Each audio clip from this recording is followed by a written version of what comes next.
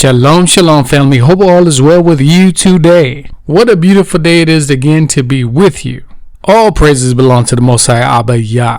Make no mistake about it, it is Baruch. It is blessings. So again, all praises to him. So today we're going to be looking at the Book of Micah, chapter 2, verse 12. The Ruach led me to this book, so we're going to go right to it.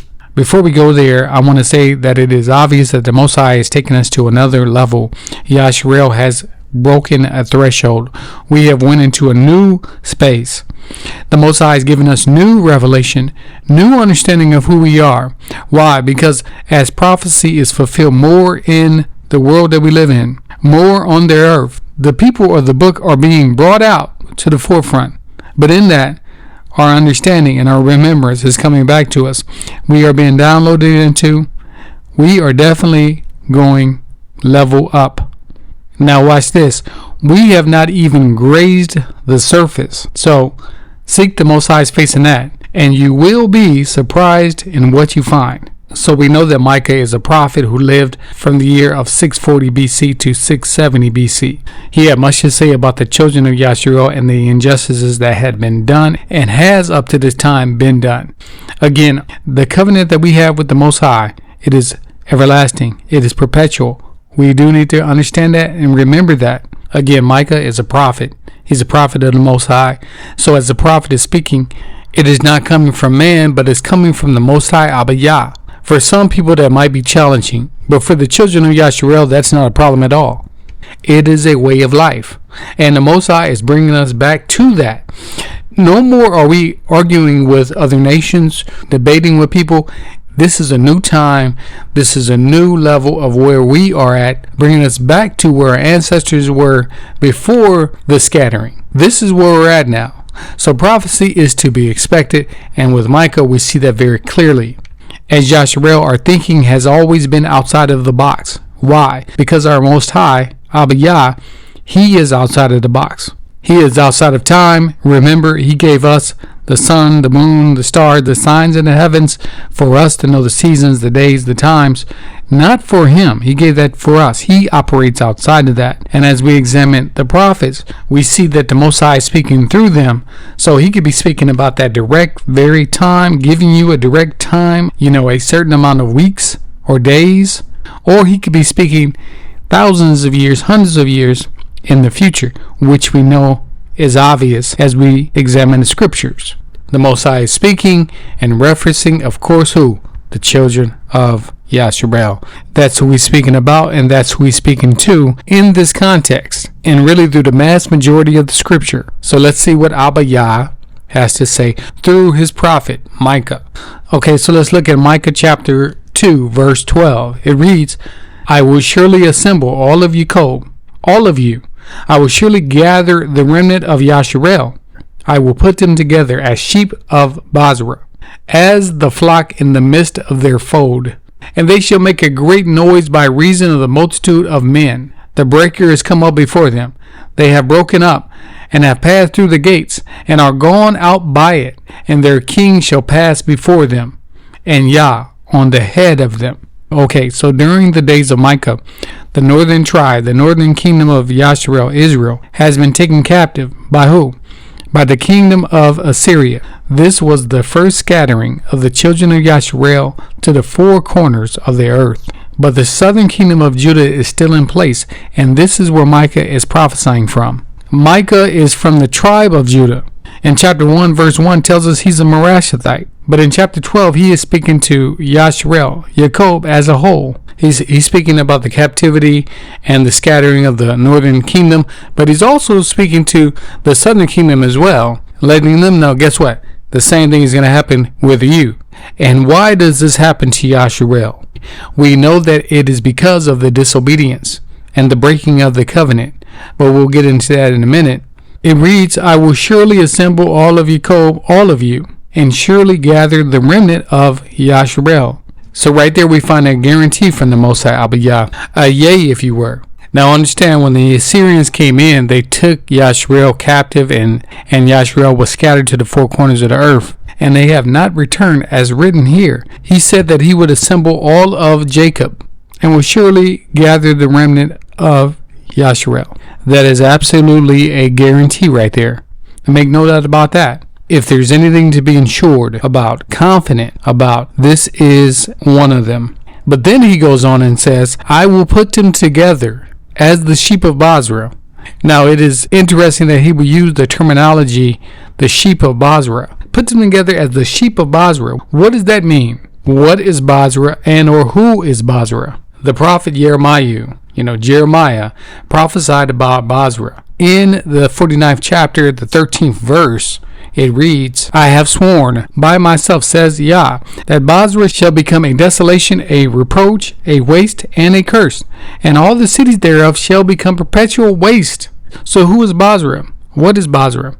It was a prominent ancient city of the Edomites, where most Hebrew scholars say it was located in modern-day Jordan. So we know that the prophet Micah, is not speaking about Jordan. And we know that he's speaking symbolically. How do we know that he's not speaking about the land of Jordan, the city found in Jordan? So if we look throughout time, we see that the children of Yasharel is scattered to the four corners of the earth. They are not just scattered and put into the city called Bozrah. So we know that with reasonable, rational understanding, this is speaking symbolically and using an Edomite city to make a point. We know that the children of Yasharel would be under the Edomite rule throughout the world, throughout history, throughout time, that this would happen. So there's no coincidence that he would use Bozrah. Then he goes on further and he says, as the flock in the midst of their fold. Wow. So we know that as the children of Yasharel, we are most certainly in the midst of this symbolic Bozrah. We have been throughout generations in the midst of their fold. It goes on and reads, there shall be a great noise by reason of the multitude of the men. It goes on, the breaker is come up before them. So we can see here obviously that there is a release. There is a deliverance. You don't think so? Let's read the next one. It says they have broken up and passed through the gate. Who is they? The sheep. The sheep have passed through the gate. Not only have they passed through it, but they have broken it up and are gone out by it. Right? So you go through the gate and are gone out by it. And their king will pass before them, and Yah on the head of them. So without a doubt, we need to remember that it is Yah that is doing the leading. He is doing the heading. He is the one that's doing the deliverance. It's not us, it's him. All praises to Abba Yah that this is coming to pass. This will be fulfilled. There is no ifs and ors. It is written. So we want to be searching scripture and hearing from Abba Yah during this time. Waiting on the Most High is very important. All right. The prophet Micah is letting us know that. He tells us what rulership we're going to be under. As you continue on and read, I encourage you to do that, to read the entire chapter. Micah is a prophet that the Most High is speaking through. And really, he is emphasizing justice and the fact that the justice is going to come to pass. It's not that we didn't get ourselves in a situation. We did. And that's something that all of Yasharel needs to understand, and we need to understand it very quickly. That we made the mistake of not following the law, statutes, and commandments, not keeping covenant with the Most High, and that's what caused this going forth to the four corners of the earth. Not only for the northern tribe of Yasharel, Israel, but also the southern tribe as well. We see that after our Messiah. Right, 70 AD. So we know that it was because of us not following the Most High and wanting to follow the world as to why we got into the situation that we found ourselves in. And really, it is sad because we still see pride within the tribes. We still see division going on amongst the people. So quick to point the finger at them instead of repenting and taking accountability, taking an inventory for yourself and also for what our ancestors have done. The Most High is the same today, yesterday, and forever. His covenant is perpetual. So just because you might think that we're in this waking up stage, which we are, you might believe that we are in the season for the gathering, which I believe we are. Just because you believe those things, it doesn't give you a free pass to move around and still continue like the world. The Most High is saying that the stiff neck and the heart of stone needs to become loosened and a heart of flesh. Has he not warned you over the years? Warned us through his prophets. When will you get it? Family, this is not the time to be playing with the Most High. We need to be on top of what we're doing. Again, we're going through a new threshold. Those who are truly his children, those who truly are seeking for truth, not seeking to take us backwards, but seeking to go forward in the Most High. And guess what? That's going to happen. However, the justice that Micah is speaking about throughout the book of Micah tells us that the Most High is not happy with this treatment. Yes, our ancestors went into judgment just like the Most High said we would if we broke the covenant. However, the treatment and how the people treated us is really spoken about here in the book of Micah and throughout the other prophets. It's not something I'm making up, but the Most High has already said that he did not ordain the way that the captors would treat his chosen people. We know that the 400 years are over, and we know that due to the 400 years being over, this prophecy is coming to pass. We see it going on during the times that we are living in. As we recall, looking back at Genesis 15, Abraham sees this awful vision about his children. He falls into a deep sleep. And the word says that a great darkness fell upon him.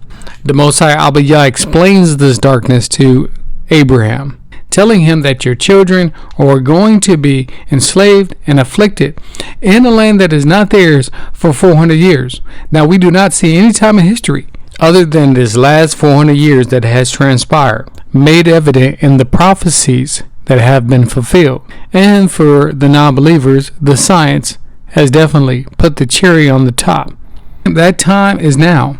Okay, the 400 years are over, and because of that, there is a release that is coming. The awakening, the gathering, is found right here in the prophet, specifically with this man of Yah right here, the prophet Micah chapter 2 verse 12. As always, family, thank you for watching. Enjoy yourself in the Most High, enjoy those around you, and as always, do not let anyone steal your joy. Family, thank you for tuning into the channel. If you got anything out of this topic, please don't forget to subscribe, like, and share as we continue to spread the truth. It definitely helps us to grow the channel. May the Most High bless you. And as always, shalom, shalom.